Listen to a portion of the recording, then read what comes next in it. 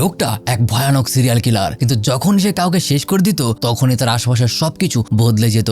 বলা যায় সে এক প্রকার টাইম লুপে আটকা পড়ে গিয়েছিল, যেখান থেকে বের হওয়ার উপায় সে জানে না। তাই সে বারবার একের পর এক মানুষকে ধরে শেষ করে দিতে শুরু করে, যেন এই ভয়ানক লুপ থেকে সে বের হতে পারে। কিন্তু 100 বার 200 বার এমনকি 300 বার হয়ে যাচ্ছে, সে এখান থেকে বের হতে পারছে না। ঠিক এমনই একটা গল্প নিয়ে 2025 সালে একটা সিনেমা তৈরি হয়েছিল, যার নাম কিল মি এগেইন।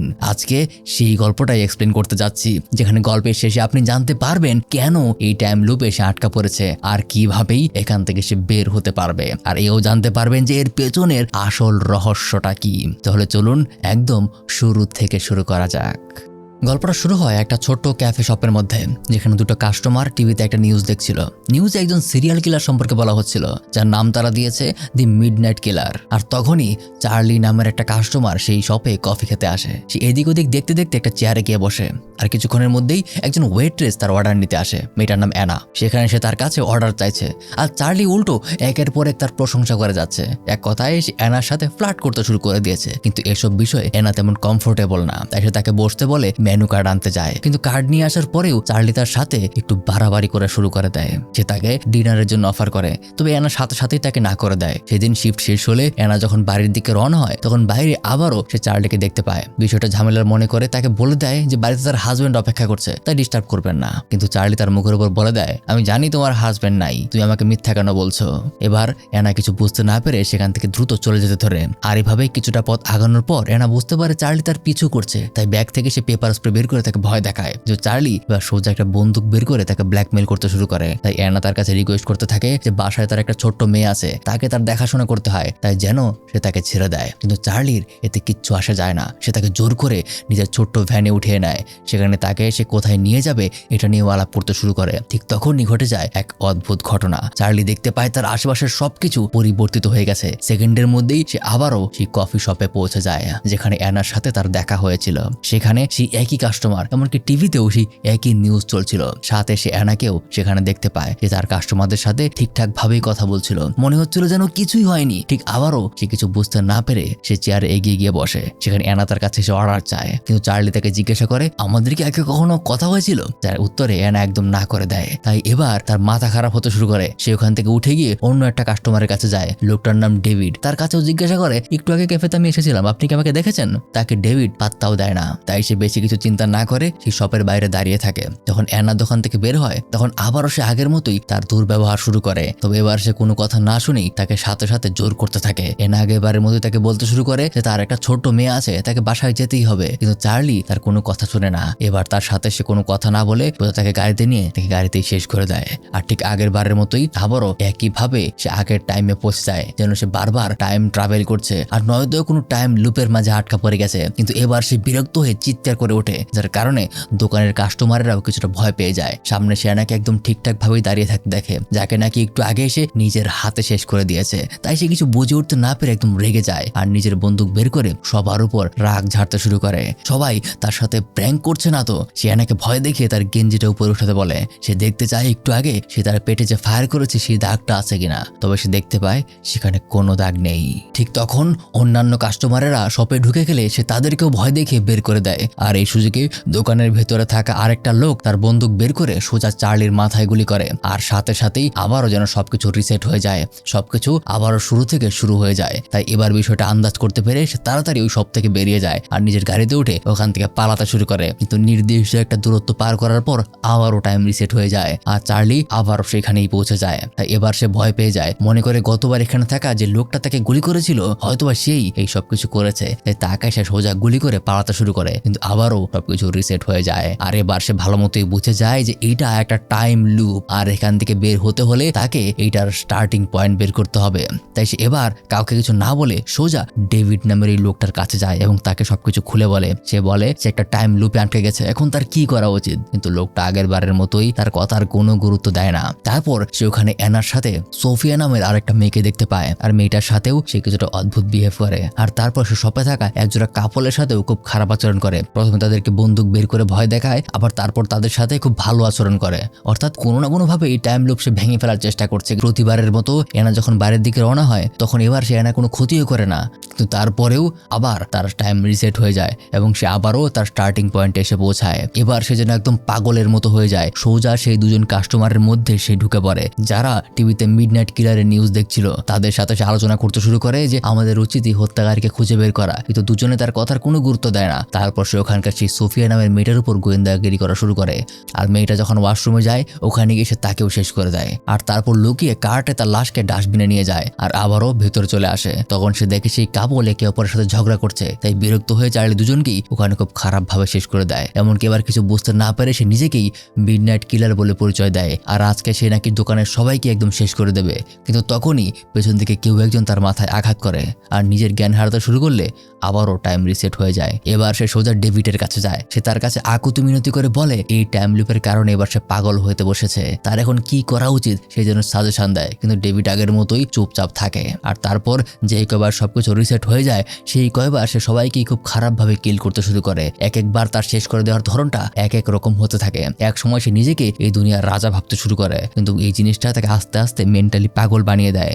এখন সে চায় যে করেই হোক তার এই দুঃস্বপ্ন যেন শেষ হয়। এই টাইম লুপ থেকে সে কোনোভাবে বের হতে চায়। এবার এনা যখন তার কাছে অর্ডার নিতে আসে সে ডিম ভাজা খেতে চায়, কিন্তু এনা জানায় যে রাতের বেলা ব্রেকফাস্টের আইটেম থাকে না, তাই সে এবার অর্ডার আনতে পারবে না। সেজন্য সে সোজা কিচেনে চলে যায় আর ওখানকার শেফের কাছে ডিম এনে তাকে ডিম ভাজি বানিয়ে দিতে বলে, কিন্তু শেফ সোজা তাকে না করে দেয়। তাই আবারও চার্লি বিরক্ত হয়ে তাকে মারতে গেলে এবার উল্টো শেফের হাতেই থেকে মার খেতে শুরু করে আর আবারও সবকিছু রিসেট হয়ে যায়। আর এবার সে এটাই তার লক্ষ্য বানিয়ে ফেলে। প্রত্যেকবার সবাইকে মারতে পারলেও শুধুমাত্র এই একটা শেফের সাথে সে কখনো পেরে ওঠে না।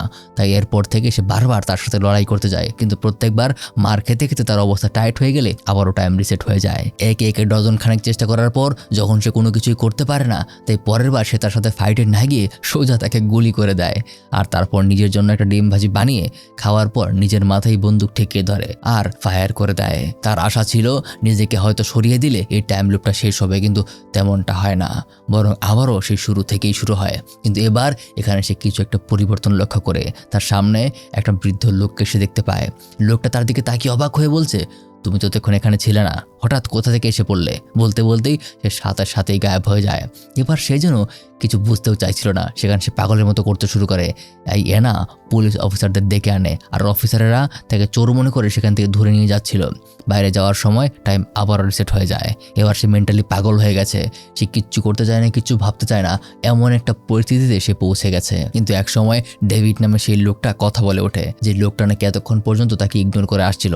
সে বলে ওঠে, তুমি সত্যি সত্যি খুব অল্পতে হার মেনে যাও, তোমাকে উপায় বের করতে হলে একদম শেষ পর্যন্ত লড়াই করতে হবে। কিন্তু এবার উল্টো চার্লি নিজেই তার কথার কোনো গুরুত্ব দেয় না। তবে এক সময় সে বলে ওঠে, শুধু একবার ভাবো, তোমার জায়গায় যদি তোমার বাবা থাকতো তাহলে সে কি করতো? আর এই কথাটা শুনে কেমন তার মাথায় রক্ত উঠে যায়। সে আবারও সেখানে সবাইকে শেষ করে দেওয়ার কাজ শুরু করে আর অবশেষে একমাত্র এনা বেঁচে ছিল। তবে চার্লি একদম ক্লান্ত করায় তাকে বলে ওঠে, হয়তো তোমাকে শেষ করতে পারলেই আমি এখান থেকে বের হতে পারবো। আর এই বলেই সে যখনই তাকে শেষ করে দেয় তখন আবারও সবকিছু একই রকম ভাবে শুরু হয়। কিন্তু এবার সে কারোর কোনো ক্ষতি করে না, বরং দোকান থেকে বের হয়ে নিজের গাড়িতে বসে কান্নাকাটি করতে শুরু করে আর আবারও টাইম রিসেট হয়ে যায়। এবার তার সামনে এক অদ্ভুত একটা লোককে সে দেখতে পায়। লোকটা যেন তার জন্যই অপেক্ষা করছিল। সে বলে, পৃথিবীতে যত সমস্যা আছে তার জন্য একটা না একটা সমাধানও আছে, যার তোমাকে সেটা খুঁজে বের করতে হবে। কিন্তু তার সাথে কথা বলার সময় পেছনে ডেভিড নামের লোকটা তাকে ইশারা দিয়ে বারবার নিষেধ করছিল যেন তার সাথে সে কথা না বলে, কিন্তু তারপরেও চার্লি তার সাথে কথা বলে। এখানে সে কান্নাকাটি করতে শুরু করে যে সে আর পারছে না।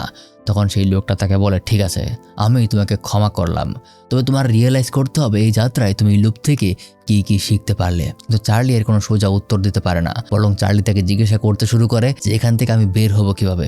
কিন্তু তার উত্তর দেওয়ার আগেই সবকিছু আবার রিসেট হয়ে যায়। কিন্তু এবার কারোর সাথে সে কোনো খারাপ ব্যবহার করে না। সে চেষ্টা করে একটা সাধারণ কাস্টমারের মতোই ব্যবহার করার এবং সবকিছু ভালোভাবে করার। সে ভেতরে যায়, সবার সাথে ভালো মতো কথা বলে, এমনকি বাইরে থেকে 3জন কাস্টমার ঢুকেছিল যারা প্রতিদিন এনাকে নিয়ে মজা করতো, আর তাদেরকে চার্লিকে খুব ভালো মতো বোঝায় যেন এনাকে তারা আর কখনো ডিস্টার্ব না করে। এনা যখন তার কাছে অর্ডার চাইতে আসে সে এনার সাথে খুবই ভালো আচরণ করে। সে সব থেকে ভালো কাস্টমার হওয়ার চেষ্টা করে আর আজকে এরকম সবার সাথে ভালো ব্যবহার করে তার ভেতরেও একটা আলাদা ভালো লাগা তৈরি হয়। তারপর চার্লি সেখানে সোফি আর তার বান্ধবীর সাথে কথা বলতে যায়। এর আগ পর্যন্ত তো সে সবাইকে শেষ করে দিয়ে এসেছে, কিন্তু এবার সে তাদের সাথে খুব ভালো মতো কথা বলে। জানতে পারে যে এরা দুজন আসলে নার্স, তাই তাদের সাথে কথা বলতে বলতে চার্লি তাদের খুব প্রশংসা করে, বলে আসলেও মানুষের জীবন বাঁচানো খুবই ভালো কাজ, আপনাদের প্রতি আমরা সবসময় কৃতজ্ঞ। এমনকি তাদের সাথে অনেকক্ষণ কথা বলার পর চার্লি তাদের দুজনের বিল পর্যন্ত পে করে দেয়, যা দেখে তারা খুব অবাক হয়। এরপর সে ওখানকার ওই দুজনের কাপড়ের কাছে যায়। এবারও ঝগড়া করছিল, তবে এবার চার্লি তাদের সাথে কোনো খারাপ আচরণ করে না, বরং তাদেরকে বোঝাতে শুরু করে এই ঝগড়া কখনো ভালো মোড় নেবে না। তাছাড়াও সেখানে চার্লি তাদেরকে একটা গল্প শোনায়, তবে এটা শুধু কোনো গল্প নয়, বরং তার নিজের জীবনের ঘটে যাওয়া ঘটনা। সে তাদেরকে নিজের বাবা মায়ের গল্প শোনায়। চার্লির বাবা সবসময় তার মায়ের সাথে চিট করতো আর একদম ছোট থেকেই সেই বিরক্তি তার মা তার উপর ছাড়তো। আর ছোট থেকেই এই সমস্ত বিষয় দেখে আস্তে আস্তে তার জীবনটাই নষ্ট হয়ে গেছে। তাই সে তাদেরকে বোঝায় যেন তারা নিজেদের এই সমস্যা এখনই মিটিয়ে নেয়, নাহলে ভবিষ্যতে তাদের বাচ্চাকে এমন একটা লাইফ লিড করতে হবে যা কেউ কল্পনাও করতে পারবে না। আর হয়তোবা জীবনে প্রথম চার্লির কোনো কথা কেউ একজন এত গুরুত্ব সহকারে শুনছে।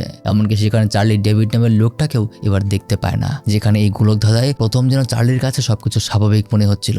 সেখানে যে দুজন নিউজ দেখছিল তাদের সাথেও সে খুব ভালো সময় পার করে। তারপর আবারও শিফট শেষ হলে যখন অ্যানা বাড়ি ফিরছিল, এবার চার্লি তার সাথে কথাবার্তায় যেন সম্পূর্ণ উল্টে যায়। হাসি খুশি ভাবেই দুজনে একে অপরের সাথে কথা বলছে। সেখানে চার্লি তাকে জিজ্ঞাসা করে, আমি কি আপনাকে গাড়ি পর্যন্ত এগিয়ে দিতে আসতে পারি? তখন অ্যানা খুশি মনে রাজি হয়ে যায়। সেখানে অ্যানা নিজে থেকেই তার নিজের মেয়ের সম্পর্কে তার সাথে শেয়ার করে যে তার 10 বছরের একটা মেয়ে আছে আর আকাশের তারার দিকে তাকিয়ে এসে বলে অ্যাস্ট্রোনমি নিয়ে তার মেয়ের খুবই ইন্টারেস্ট। আজ প্রথম সবকিছু চার্লি মন থেকে বলতে শুরু করে। সে খুশি মনে তার কথা রিপ্লাই দেয় আর এতে করে অ্যানা নিজে থেকেই চার্লির কিছুটা ক্লোজ হয়। আর সেখান থেকেই অ্যানা চার্লির সাথেই তার ভ্যানে গিয়ে ওঠে আর সেখানে দুজনে আরো বেশি ক্লোজ হতে শুরু করে। কিন্তু এক পর্যায়ে চার্লি কেমন যেন আবারও নিজের মধ্যেকার পশুটাকে বের করে আনে আর একদম ছুরি হাতে নিয়ে অ্যানার পেটের মধ্যে ঢুকিয়ে দেয় আর সাথে সাথেই টাইম রিসেট হয়ে যায়। কিন্তু অবাক করার বিষয় হলো এবার সে নিজেকে কোনো স্বপ্নে না বরং একটা ল্যাবরেটরিতে খুঁজে পায়, যেন তার উপর কোনো এক্সপেরিমেন্ট করা হচ্ছিল। সেখানে ওই লোকটাকে সে দেখতে পায় যাকে সে ওই টাইম লুপে দেখেছিল আর সেখানে সে অ্যানাকেও দেখতে পায়। জানতে পারে তার আসল নাম অ্যামি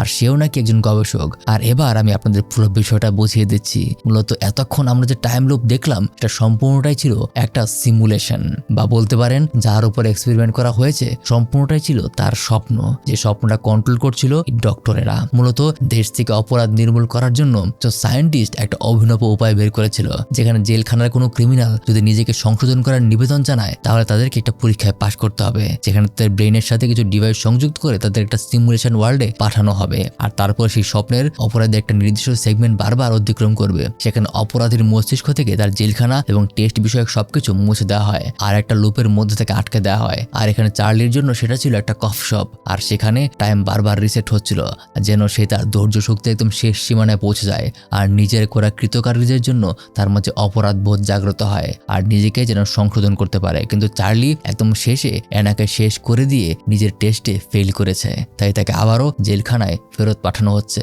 সেখানে সে ডেভিড নামের সেই লোকটাকেও দেখতে পায় যে এই একই টেস্টের অংশ ছিল। তাই সিস্টেমে কিছু সমস্যার কারণে ডেভিডকেও সে তার স্বপ্ন দেখছিল।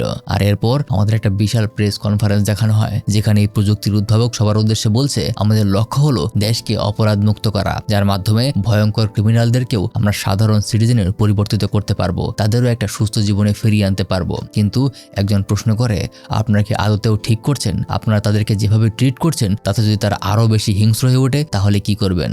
আর তখনই দৃশ্য পরিবর্তন হয়। আমরা দেখতে পাই জেলখানার মধ্যে চার্লি একদম মানসিক রোগীতে পরিণত হয়ে গেছে। গত সপ্তাহ খানেক ধরে সে ঘুমায় না। তার মনে হয় যেন আবারও তার জীবন সেই লুপের মধ্যে এসে ঢুকবে।